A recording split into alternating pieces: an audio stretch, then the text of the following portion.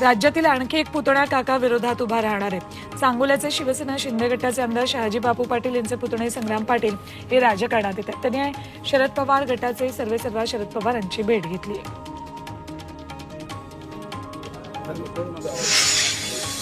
नगर दक्षिणचे खासदार सुजय विखे पाटील यांनी पुन्हा एकदा पारनेरचे आमदार निलेश लंके यांना डिवचले। माझं काम हवेत किंवा सोशल मीडियावर नाही चालत असं म्हणत सुजय विखेंनी लंकेंवर टीका केली आहे। अहमदनगर जिल्हा परिषदेच्या माजी उपाध्यक्षांच्या अभिष्ट चिंतन सोहळ्यात ते बोलत होते।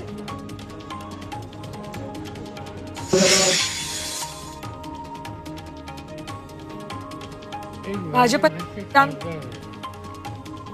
केंद्र सरकारमध्ये राज्य भाजपला संविधान बदलायचं आहे, त्यासाठी त्यांना 400 पार एवढ्या मोठ्या प्रमाणात बहुमत हवं असं वक्तव्य शरद पवारांनी केले। ते इंदापुरातल्या शेतकरी मेळाव्यात बोलत होते।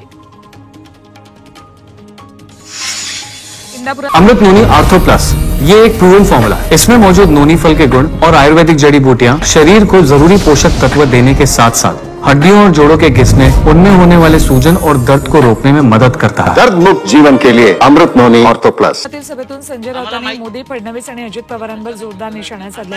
4 महिन्यांनी केंद्रातलं सरकार बदलेल, आमचं सरकार आलं की 2 पक्ष फोडून आलो म्हणणाऱ्यांचा पक्ष शिल्लक राहतो का बघा, असा इशाराच राऊतांनी दिलाय। दुधाला कांद्याला भाव नाही, फक्त गद्दार आमदारांनाच भाव आहे अशी टीकाही त्यांनी केली। लोकसभा निवडणुकीच्या तोंडावर पुणे पोलीस अलर्ट मोडवर आले। पोलिसांनी एकाच दिवशी 12 सराईत गुन्हेगारांवर तडीपारीची कारवाई केली। या सर्वांवर खून, खुनाचा प्रयत्न, घरफोडी, बेकायदा शस्त्र बाळगणं, महिलांवरील अत्याचार, सार्वजनिक मालमत्तेचं नुकसान करणं अशा गंभीर गुन्ह्यांची नोंद होती।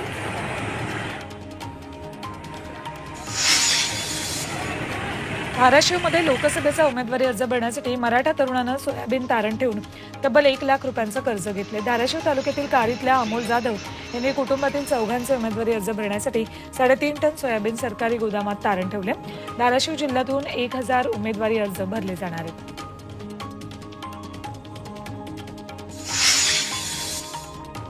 प्रकाश आंबेडकरांनी महाविकास आघाडीला 26 मार्चपर्यंतचा अल्टिमेटम दिलाय।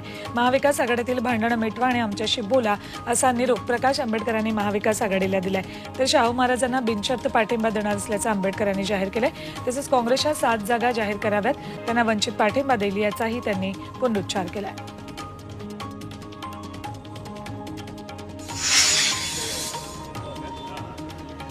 राज्यामध्ये लवकरच मोठा राजकीय भूकंप होईल असं भाकीत करत प्रकाश शेंडगे यांनी 3ऱ्या आघाडीच्या स्थापनेचे संकेत दिलेत। यासाठी प्रकाश शेंडगेंनी वंचित बहुजन आघाडीचे नेते प्रकाश आंबेडकरांची मुंबईत राजगृह इथे भेट घेतली। यात ओबीसी आणि वंचितनं एकत्र लढण्यावर चर्चा झाली। यापूर्वी आंबेडकरांसोबत 3 बैठका झाल्याचं शेंडगे म्हणाले। जालन्यातल्या अंतरवाली सराटीमध्ये आज मराठा समाजाची बैठक होती। मनोज जरांगे यांच्या नेतृत्वात ही बैठक आयोजित केली। सकाळी 11 वाजता होणाऱ्या बैठकीत महत्त्वाचा निर्णय होणार अशी माहिती। लोकसभा निवडणुकीच्या पार्श्वभूमीवर जरांगे काय निर्णय घेतात याकडे सगळ्यांचं लक्ष आहे।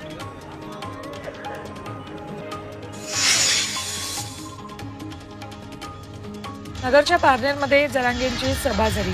यात त्यांनी सरकारवर ताशेरे ओढले। आता जर मराठा समाजाविरोधात बोलला तर त्याला वाजवलाच समजा असा इशारा जरांगेंनी दिला। तर फडणवीसांना मराठा समाजाबद्दल द्वेष आहे, त्यांच्या आदेशानं अनेक खोटे गुन्हे आंदोलकांवर दाखल झाले असं जरांगे म्हणाले।